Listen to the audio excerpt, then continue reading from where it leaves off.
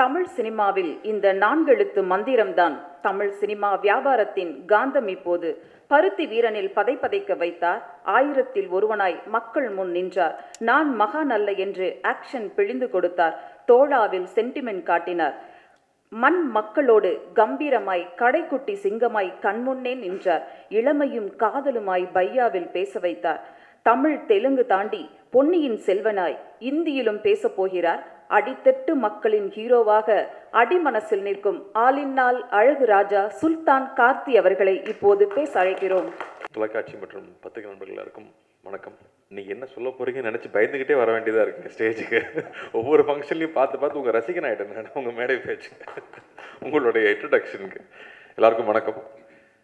நம்மளை ரொம்ப பாதிக்கிற விஷயம் என்னன்னு சொன்னால் நம்மளை காயப்படுத்துகிற விஷயமா இருக்கும். ஆனால் அந்த காயப்படுத்துகிற விஷயத்தில் நம்மளை சந்தோஷப்படுத்தின விஷயம் நம்ம எல்லாரையும் மறந்துடுறோம். அதனால் முதல்ல இந்த படத்தை பாராட்டி இந்த படம் எதற்காக எடுக்கப்பட்டுச்சு அப்படிங்கிறத கரெக்டாக புரிஞ்சுக்கிட்டு வாழ்த்துனவங்க எல்லாருக்கும் முதல்ல நான் நன்றி சொல்லிக்கணும்னு ஆசைப்பட்றேன். ஏன்னா அதுதான் இங்கே ரொம்ப ரொம்ப முக்கியமாக இருக்குது. எல்லாத்தையும் தாண்டி அந்த ஒரு பாசிட்டிவிட்டி அப்படிங்கிறது வந்தது உங்கள் எல்லாருனாலையும். அதுக்கு ரொம்ப ரொம்ப நன்றி. ஏன்னா இந்த படம் ஆரம்பித்தப்போ எதுக்காக இந்த படம் எடுக்கிறோன்னா அந்த கதை கேட்குறப்ப நான் ஒரு 10 வயசு பையனாக ஃபீல் பண்ணேன். இவ்வளோ பேர் படத்தில் எப்படி இருக்கும், எனக்கு ஒரு 8 அடியில் ஒரு பாடி கார்டு, எனக்கு 3 அடியில் ஒரு பாடி கார்டுன்னா எனக்கு ஒரு ஃபேண்டஸியாக இருக்குது. நான் தான் சொன்னேன், இப்போ நான்லாம் சின்ன பையனாக இருந்தால் எனக்கு ஜெயண்ட் ரோபோட்டுங்கிறது கடாவாக இருந்திருக்கும். ஏன்னா சின்ன வயசில் அந்த வாட்சில் ஜெயண்ட் ரோபோட்னு சொன்னால் நம்ம சொல்கிறதெல்லாம் அது செய்யும். ஸோ அப்படி நான் என்ன சொன்னாலும் என்னோட நல்லத்துக்காக என்னை ப்ரொடெக்ட் பண்ணுறதுக்காக என்னை சுற்றி இவ்வளோ பேர் இருக்காங்க அப்படிங்கிறது ஒவ்வொரு சின்ன பையனுடைய ஃபேண்டசி. அதை ஒருத்தர் கதையாக கொண்டு வரும்போது நான் ஒரு சின்ன பையனை தான் ரசித்தேன். அதே இப்போ நான் கைதி லொக்கேஷனுக்கு ஐடியா சொல்லும்போது நான் ஒரு அசிஸ்டன்ட் டைரக்டராக ரசித்தேன், ஒரு ஃபிலிம் லவராக ரசித்தேன். ஸோ நம்ம எல்லாருக்குள்ளேயுமே பலதரப்பட்ட ரசனைகள் இருக்குது. நம்மளால் சிந்து பேரவையும் பார்க்க முடியும், நம்மளால் போய் ஒரு நல்ல ஒரு கானா பாட்டும் கேட்க முடியும். அப்படி நம்மக்கிட்ட பல ரசனைகளும் இருக்குது. அப்படி என்னுடைய பல ரசனைகளுக்கு ஏற்ற மாதிரி தான் ஒவ்வொரு படமும் எனக்கு பிடிச்ச படமாக நான் என்ன பார்க்கணுன்னு விரும்புகிறேனோ அப்படி தான் நான் ஒவ்வொரு படமும் தேர்ந்தெடுக்கிறேன். அதில் எந்த ஒளிவு மறைவுமே இல்லாமல் தான் ஒவ்வொரு படத்தையும் உங்கள் முன்னாடி கொண்டு வைக்கிறோம். ஒரு ட்ரெய்லர்லேயே தெளிவாக சொல்லிடுறோம், இது மாஸ் படம் தான், தயவு செஞ்சு படம் பார்க்குறப்ப யோசிக்காதீங்க அப்படின்னு சொல்லி தான் கொண்டு வரோம். உங்களை படம் பார்க்குறப்ப யோசிக்க வச்சுட்டோம்னா அப்போ நாங்கள் தோத்துட்டோம்னு அர்த்தம். ஆனால் அந்த 2.5 மணி நேரம் உங்களை யோசிக்க வைக்காமல் சந்தோஷப்படுத்தி வீட்டுக்கு அனுப்பிச்சிட்டோம்னா இந்த படம் எதுக்காக நாங்கள் எடுத்தோமோ அந்த நேர்மையாக நாங்கள் அதை செஞ்சுட்டோம் அப்படின்னு நாங்கள் சந்தோஷப்பட முடியும். அந்த வகையில் இந்த படம் கிடைச்ச பாசிட்டிவ் ஃபீட்பேக் அவ்வளோ சந்தோஷமாக இருந்துச்சு. அந்த ஃபஸ்ட் டே தியேட்டரில் 5 மணிக்கு ஷோ பார்க்குறது ஆரம்பிச்சு ரொம்ப நாளுக்கு அப்புறமா திரும்ப எங்களுக்கு உங்களை ஸ்டைலிஷாக ஆக்ஷனாக பார்க்குறதுக்கு சந்தோஷமாக இருக்கு நான் ரசிகர்கள் எல்லாரும் சொன்னாங்க. ஸோ என் தம்பிகளுக்கெல்லாம் ரொம்ப சந்தோஷமாக இருந்துச்சு. அவங்களுக்கெல்லாம் முதல்ல நன்றி சொல்லிக்கணும். ஏன்னா ஒவ்வொரு தரப்புலையும் ஆனால் நான் அவங்க கூட இருக்கேண்ணா, செம்மையாக இருந்துச்சு அந்த படம், எப்போ அந்த படம் சரியாக ஓடலன்றாங்க, எங்களுக்கு பிடிச்சதுண்ணா அப்படின்னு சொல்லுவாங்க. ஸோ அந்த தம்பிகளுக்கு முதல்ல இந்த இடத்துல நான் நன்றியை தெரிவிச்சுக்கிறேன். அண்டு இந்த படத்தை பொறுத்த வரைக்கும் நான் ரொம்ப ரசிச்சு தான் பண்ணேன். சாதாரண விஷயமா இல்லை. ஃபஸ்ட்டே ஆரம்பிக்கும் போது தெரியும் இது பெரிய லோடு தான், ப்ரொடியூசர் தாங்குவாரா அப்படிங்கும்போது இல்லை கண்டிப்பாக எடுக்கலாம்.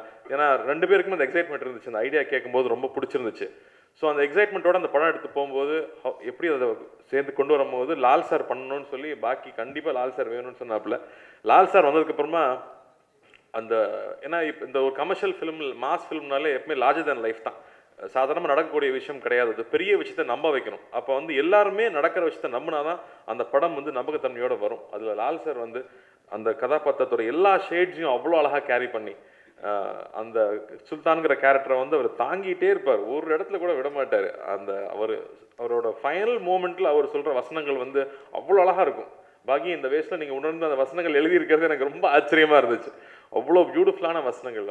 நான் எப்போ செத்து போயிருக்க வேண்டியவன், சாகிறதுக்கு அப்புறமா தான் எனக்கு நிம்மதி கிடைக்கும்னு நினச்சேன், ஆனால் சாகிறதுக்கு முன்னாடியே 4 மாதம் சந்தோஷமாக வாழ்ந்துட்டேன் உங்களால் அப்படின்னு சொல்கிற வார்த்தைகள் அவ்வளோ மெச்சூர்டாக இருக்கும். அதை லால் சார் டெலிவரி பண்ணும்போது அவ்வளோ டெப்த் இருக்கும் அது ஒரு விஷயத்தில்.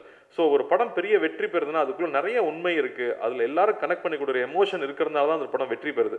ஸோ அப்படி உண்மையான விஷயங்களை இந்த திரைப்படம் ஃபுல்லாக கொண்டு வந்தது சாதாரண விஷயம் கிடையாது. ஏன்னா எல்லாமே மிகைப்படுத்தல், ஆனால் மிகைப்படுத்தலுக்குள்ளே இருக்கிற உண்மையை ரொம்ப அழகாக கொண்டு வந்திருக்காப்புல. அது நாங்கள் எல்லாரும் படம் பார்க்குறப்ப எங்களுக்கு பிடிச்சிருந்தது, எங்களுக்கு பிடிச்ச மாதிரியே ஆடியன்ஸுக்கு பிடிச்சதுங்கிறதா எங்களுக்கு பெரிய சந்தோஷம். நாங்கள் எதெல்லாம் ரசித்தோம், எதெல்லாம் கைத்தட்டினோமோ அதெல்லாம் ஆடியன்ஸ் என்ஜாய் பண்ணுறாங்கிறது எனக்கு அவ்வளோ சந்தோஷமாக இருந்துச்சு. இப்போது வெற்றி தியேட்டரில் போய் நானும் பார்க்க நைட் ஷோ பார்க்கும்போது கிளைமேக்ஸில் கடா என் கூட எந்திரிச்சு நிற்கும் போதே கைத்தட்டுறானுங்க, கடா எந்திரிச்சிட்டான்டா இனி யாரும் ஒன்றும் பண்ண முடியாது. நான் அப்படி சின்ன வயசில் நம்ம எப்படி நான் ரஜினி சார் படமோ எம்ஜிஆர் படமோ பார்த்து நம்ம எப்படி கைத்தட்டி ரசித்தோமோ அப்படி ஆடியன்ஸ் எல்லாத்தையும் மறந்து சந்தோஷமாக கைத்தட்டி ரசிக்கிறாங்கன்றது எனக்கு ரொம்ப ரொம்ப பிடிச்சிருந்தது. தியேட்டருக்கு மக்கள் ஏன்னா நம்ம ஊரில் வந்து படம் பார்க்க போகிறதுங்கிறது சும்மா வந்து ஒரு போயிட்டு வர நிகழ்ச்சி கிடையாது. ஒரு திருவிழாக்கு போகிற மாதிரி ட்ரெஸ் பண்ணி பக்கத்து வீட்டில் சொல்லி அந்த படம் பார்க்க போகிறோன்னு, நீ பார்த்துட்டே நீ பார்க்கல நாங்கள் இன்றைக்கி பார்க்க போகிறோம் அப்படின்னு நம்ம ஊரில் திரையரங்குக்கு போய் படம் பார்க்கறது ஒரு பெரிய கலாச்சாரம். அது ரொம்ப மிஸ் பண்ணிட்டோம் ரொம்ப நாளாக.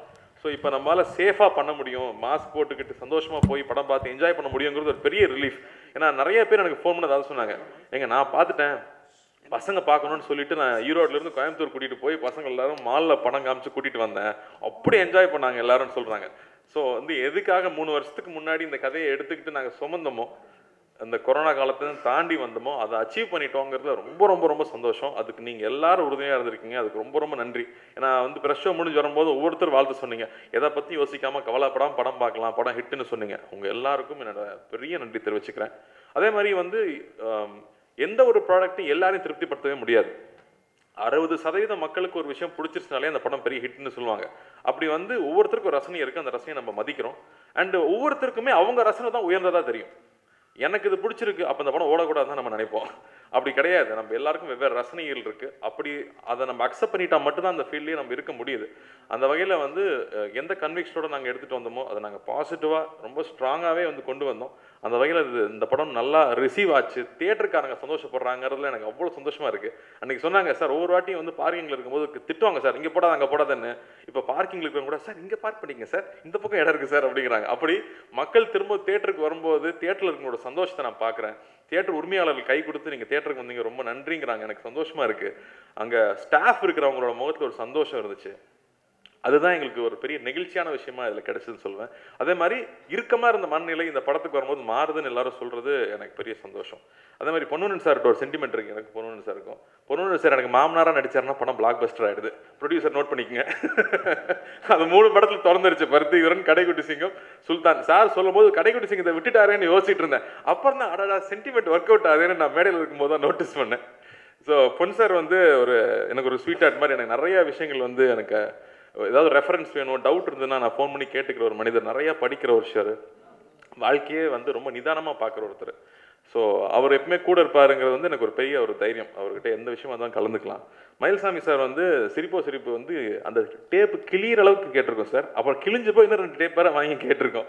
ஸோ நீங்களும் லக்ஷ்மணும் பண்ண அந்த கேசட்ஸ் தான் எங்களுக்கு வந்து நாங்கள் மிமிக்ரி பண்ணுற அளவுக்கு ட்ரை பண்ணுறதுக்கு நீங்கள் தான் ஒரு முதல் காரணம் தமிழ்நாட்டில். அதனால் நீங்கள் எப்போ படத்தில் வந்தாலும் அது ஒரு சந்தோஷம். அவர் பார்த்தாலே ஒரு சிரிப்பு வருங்கிற மாதிரியான ஒரு பிளெஸ்ஸிங் உங்களுக்கு உண்டு. அதே மாதிரி நீங்கள் வந்து எல்லா காலகட்டத்திலையும் மக்கள் பணியில் இறங்கி வேலை செய்கிறது வந்து நெகிழ்ச்சியான விஷயம் சார். நிறைய தெரியும் எனக்கு. அவர் கீழே 10 பைசா இருக்காது, அது அதிகமான வட்டியில் கடன் வாங்கி செய்வார். என்ன மனசுன்னு தெரியாது. எம்ஜிஆர் கிட்டேருந்து வந்திருக்கு அவரோட பிளெஸ்ஸிங். அந்த பிளெஸ்ஸிங் எப்போ உங்களுக்கு இருக்குன்னு நான் நம்புகிறேன். அதே மாதிரி இந்த டீமில் வந்து நிறைய பேர் வந்து புது ஆர்டிஸ்ட்டை வந்து பெரிய பெரிய ரோலில் காஸ்ட் பண்ணுறதுக்கு ஒரு பெரிய தைரியம் வேணும் டைரக்டருக்கு. எல்லாருக்கிட்டையும் பர்ஃபார்மன்ஸ் வாங்கிடுவேன் அப்படிங்கிற ஒரு தைரியம் இருந்தால் மட்டுமே அப்படி காஸ்ட் பண்ண முடியும். அப்படி எத்தனையோ பேரை இந்த படத்தில் வந்து இது வரைக்கும் சினிமாவில் திரைக்கு முன்னாடி வராதவங்களை, பெரிய கேரக்டர்ஸ் நடிக்காதவங்களை கொண்டு வந்து நடிக்க வச்சது வந்து சாதாரண விஷயம் கிடையாது, பெரிய சவால். அவங்க எல்லாரையும் அந்தந்த கதாபாத்திரத்துக்கு ஏற்ற மாதிரி திரையில பயன்படுத்திக்கிட்டதும் அழகான விஷயம். இப்போ கடா எடுத்துட்டிங்கன்னா அவனுக்கு 25 வயசு தான் ஆகுது, ஒரு சின்ன பையன். அந்த பையனை வந்து கரெக்டாக அந்த ரோலில் காஸ்ட் பண்ணி ஒவ்வொரு சீன்லையும் அவனை கரெக்டாக யூஸ் பண்ணிக்கிட்டதுக்கு அது யோகி பாபுக்கு அந்த கிரெடிட் உண்டு. நிறையா சீனில் வந்து கரெக்டாக யூஸ் பண்ணிக்கிட்டாப்புல. அது மாதிரி வந்து அவனுடைய ரிலேஷன்ஷிப் எல்லாருக்கும் அவ்வளோ பிடிக்குது. இவ்வளோ விசுவாசமாக ஒரு நண்பன் கூட இருப்பானா, இவ்வளோ விசுவாசமாக ஒருத்தர் இருப்பானா அப்படிங்கிறது இந்த காலகட்டத்துக்கு ரொம்ப ஆச்சரியமாக எல்லாரும் பார்க்குறாங்க. ஸோ மறுபடியும் அந்த மாதிரி ஒரு உணர்வை வந்து எந்த கட்டத்துலையும் வந்து நம்மளை நம்பிக்கை துரோகம் செய்யாத ஒரு உறவை வந்து திரும்பி சினிமாவில் காமிச்சதுக்கு ரொம்ப நன்றி. ஏன்னா எல்லாருக்கும் அவ்வளோ பிடிச்சிருக்கு அந்த கடாவோட கேரக்டர். அண்டு காமராஜ் ஆகட்டும், பிரபு ஆகட்டும். பிரபுலாம் திருப்பூரில் வந்து பனியன் கம்பெனியில் வேலை செஞ்சுட்டு இருக்காப்புல. இன்றைக்கி அவர் கிடச்சிருக்க மேடைங்கிறது இந்த படத்து மூலமாக கிடச்சதில் எனக்கு சந்தோஷம். அந்த மாதிரி நிறையா பேரை இந்த படம் அடையாளம் காட்டியிருக்கு. காமராஜ் வந்து பாடி பில்டிங் மட்டுமே பண்ணுறாரு பாருங்க, பேசும்போது கூட பாடி பில்ட்டே இருப்பார். அவர் ஃபைட்டு நடுவில் கூட பாடி இழுத்துக்கிட்டே இருப்பார். ஏங்க கால் இழுத்துக்குங்க, சும்மா இருங்க கொஞ்சம் நேரம்னா கேட்க மாட்டார். இல்லை சார் மசில் தெரியணும்னு எக்ஸசைஸ் பண்ணிக்கிட்டே இருப்பார் ஃபைட்டுக்கு நடுவில். அதே மாதிரி இழுத்துக்குச்சுவார். ஆனால் வந்து அவருக்கு அந்த கதாபாத்திரம் மைக்கேல்ங்கிற கதாபாத்திரத்தை கொடுத்து அதோட டிசைன் பண்ண விஷயமே அவ்வளோ அழகாக இருக்கும். என்றைக்குமே வந்து எதிர்த்து பேசாத ஒரு ஆள் வந்து எதிர்த்து நின்னா எப்படி இருக்கும் லைஃப்பில், நம்மளால் அதை தாங்கிக்கவே முடியாது அந்த மாதிரி ஒரு பெயின். ஆனால் அந்த பெயின் எல்லாமே திரையில் எல்லாரும் ஃபீல் பண்ணுற மாதிரி கொண்டு வந்தது வந்து பயங்கர அழகாக ப்ரெசன்டேஷன் ரொம்ப அழகாக இருந்துச்சு. சென்ட்ராயன் நான் அன்றைக்கே சொன்னேன், நான் வந்து ரொம்ப ரசிச்சிருக்கேன் சென்ட்ராயனோட பெர்ஃபார்மன்ஸஸ். பொல்லாதவன் ஆகட்டும், என்ன பெர்ஃபார்மன்ஸ் அது. அதான் நம்ம அண்ணா அடிக்கடி சொல்லுவாங்க, நம்ம ஒரு எஃபர்ட் ஆனஸ்ட்டாக போடுறோன்னா அந்த படத்துலேயே அதுக்கான பலன் கிடைக்கும்னு நம்ம சொல்ல முடியாது.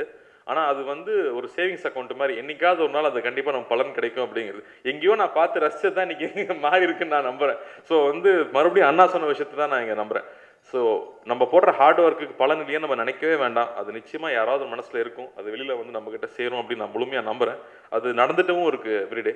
அதே மாதிரி விவேக் மோகன் ரொம்ப நாளுக்கு அப்புறம் எனக்கு வந்து சின்ன பசங்கள்லாம் கேட்டு என்ஜாய் பண்ணுற மாதிரி சாங்ஸு திரும்பவும் ஒரு 5 வயசு பசங்க கிட்ட என்னை கொண்டு போய் இந்த பாடல்கள் சேர்த்துருக்கு. அதுக்கு உங்கள் 2 பேருக்கும் நான் பெரிய நன்றி சொல்லிக்கிறேன்.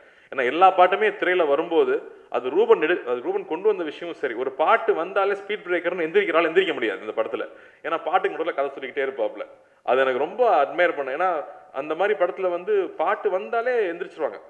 பட் இந்த படத்தில் பாட்டும் நல்லா இருக்குது, பாட்டுக்கு நடுவில் கதையும் சொன்ன விஷயம் வந்து பியூட்டிஃபுல்லாக இருந்துச்சு. எனக்கு ரொம்ப பிடிச்சிருந்தது அது. ஸோ எவ்ரிடே வந்து கதை சொல்லிகிட்டே இருக்கிற விஷயம். அண்ட் இத்தனை கேரக்டரை வச்சு இந்த படத்தை கொண்டு வந்து சேர்க்கறது அப்படிங்கிற சாதாரண விஷயம் இல்லை. அண்டு எங்களுக்கு இப்போ கோவிட் டைமில் போஸ்ட் ப்ரொடக்ஷன் பண்ணி கொண்டு வந்து சேர்க்கறது பெரிய சவாலாக இருந்துச்சு. அப்போ மறுபடியும் வந்து சாங்ஸே ஃபைனல் கொடுக்காமல் இருக்கிற சமயத்தில் ரீரெக்கார்டிங் எப்படி பண்ண போகிறோங்கும் போது we had to go for somebody எக்ஸ்பீரியன்ஸ்டாக. வேறு யார் நமக்கு இந்த டைமில் ஹெல்ப் பண்ணுவாங்க, படத்தை எப்படியாவது டைமுக்கு ரிலீஸ் பண்ணுறோங்கிறப்போ யுவன்கிட்ட கேட்டோம். அதுக்கு வந்து விவேக் மோகன் அக்செப்ட் பண்ணிட்டதுக்கு நான் பெரிய நன்றி சொல்லிக்கிறேன். ஏன்னா இந்த கோவிட் டைமில் ஒரு டீமாக எல்லாரும் இந்த படத்துக்கு பெஸ்ட்டு செய்யணும், இந்த படம் டைமுக்கு ரிலீஸ் ஆகணும், தியேட்டருக்கு வரணுங்கிறப்போ அந்த டிசிஷன் எடுக்க வேண்டியது இருந்துச்சு. அண்ட் யுவன்கிட்ட போனோம், யுவன் கண்டிப்பாக நான் பண்ணி கொடுக்குறேன் brother, I will make sure it releases on டைம்னு சொல்லி அந்த டைம் எடுத்துகிட்டு பண்ணி கொடுத்தாப்புல.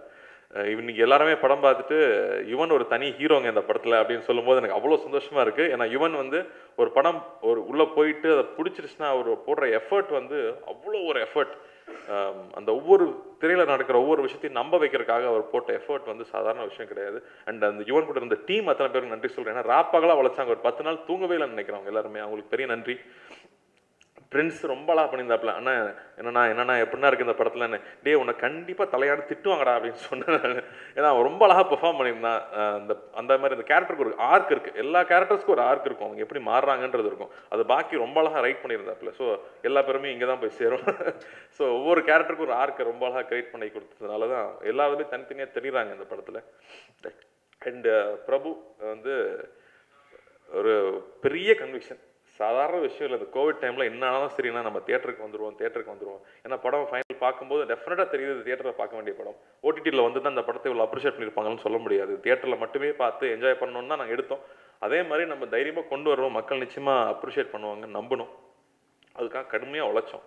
ஸோ எங்களோட உழைப்புக்கும் எங்கள் நம்பிக்கைக்கும் மக்கள் வந்து இதுக்கு பதில் கொடுத்ததுக்கு ரொம்ப ரொம்ப நன்றி. நான் எவ்வளோ நன்றி சொன்னாலும் பத்தாது. தியேட்டரில் வந்து எல்லாரும் வந்து படம் பார்த்து சந்தோஷமாக நல்லா இருக்குது படம்னு சொல்லி வாழ்த்துறாங்க. மவுத் பப்ளிசிட்டி மாதிரி பப்ளிசிட்டி இல்லவே இல்லைன்னு சொல்லுவாங்க. அந்த மாதிரி யார் சொல்கிறதே நம்ப மாட்டோம், பக்கத்து வீட்டுக்காரங்க சொல்கிறத நம்புவோம். அப்படி ஒவ்வொரு பக்கத்து வீட்டுக்காரங்களுக்கும் நான் நன்றி தெரிவிச்சுக்கிறேன். ஏன்னா அவங்க தான் மறுபடியும் தியேட்டருக்கு வர வச்சுருக்காங்க. ஸோ இந்த தருணத்தில் இந்த படத்தில் இருக்கிற ஒவ்வொரு விஷயத்தையும் அப்ரிஷியேட் பண்ணி அந்த படம் எதுக்காக எடுக்கப்பட்டதுங்கிறத புரிஞ்சுக்கிட்டு அதில் இருக்க நிறை குறைகள் சொல்லி எங்களை வாழ்த்தி தொடர்ந்து வழிகாட்டிகிட்டே இருக்கிறவங்க எல்லாருக்கும் மறுபடியும் நான் நன்றி சொல்லிக்கிறேன். இந்த படம் எடுத்தது இப்போ எனக்கு நான் சின்ன பசங்களாம் பார்த்து ஜெய் சுல்தானுங்கிறானுங்க. எனக்கு அது ரொம்ப நான் என்ஜாய் பண்ணுற விஷயம். எதுக்காக படம் எடுத்தோமோ சின்ன வயசில், இந்த சின்ன வயசில் நான் பார்த்து ரசித்த மாதிரி ஒரு படமாக இருக்கும்னு நினச்சேன். அதே மாதிரி வந்திருக்கு. அதுக்கு சத்யா ஒரு பெரிய ரீசன் சொல்லுவேன். ஏன்னா அந்த திரையில் பார்க்குற விஷயத்தை அவ்வளோ பவர்ஃபுல்லாக இருக்குது. நான் அழகாக இருக்கிறேன்னு வேறு எல்லாரும் சொல்கிறாங்க. சத்யா என்ன பண்ணீங்கன்னு தெரியல, பல நாள் தூங்காமல் தான் வேலை செஞ்சோம். பட் அழகாக வந்து என்னை ப்ரெசென்ட் பண்ணதுக்கும் நன்றி. அதே மாதிரி ரஷ்மிகா பற்றி பேசலாம், மேம் கோச்சுக்குவாங்க. அதான் சொன்னாங்க, படம் ஃபுல்லாக ஆம்பளைகளாக இருக்கிறாங்க, ஆனால் அந்த லேடிஸ்க்கு இந்த படம் ரொம்ப பிடிச்சிருக்கு அப்படிங்கும்போது ரொம்ப ஆச்சரியமாக இருந்துச்சு. ஏன்னா வந்து நிறைய லேடிஸ் வந்து ஃபைட் சூப்பராக இருக்குன்னு சொல்லும்போது ரொம்ப சந்தோஷமாக இருந்துச்சு. அண்ட் இந்த படத்துக்கு வந்து ரொம்ப நாளுக்கு அப்புறம் திரைக்கு வரும்போது நிறைய பலத்தோடு வரணும் அப்படின்றது எங்களுக்கு ஒரு பெரிய அட்வான்டேஜ் இந்த படத்தில். ஏன்னா இப்போ வந்து யோகி பாபு ஒரு பெரிய பலம் இந்த படத்தில் தியேட்டருக்குள்ள ஆடியன்ஸை வர வைக்கிறதுக்கு, ரஷ்மிகாவோட ரசிகர்கள் ஒரு பெரிய பலம் தியேட்டருக்குள்ள வர வைக்கிறதுக்கு, விவேக் மருவனோட ஃபேன்ஸ் ஒரு பெரிய பலம், அதே மாதிரி யுவன் சங்கர் பீஜம் பண்ணுறாருன்னு சொல்லி அதுக்கு ஒரு பெரிய பலம். அப்படி நிறையா பேரோட பலம் சேர்ந்து இந்த படம் வந்து எல்லாரையும் சாட்டிஸ்ஃபை பண்ணியிருக்குங்கிறது ரொம்ப ரொம்ப ரொம்ப சந்தோஷம். ரொம்ப நேரமாக எடுத்துக்கிட்டோம். பட் எல்லாரும் வந்து எங்களை வாழ்த்துனதுக்கும் எங்கள் கூட வந்து சப்போர்ட் பண்ணதுக்கும் ரொம்ப ரொம்ப ரொம்ப நன்றி. தேங்க்யூ.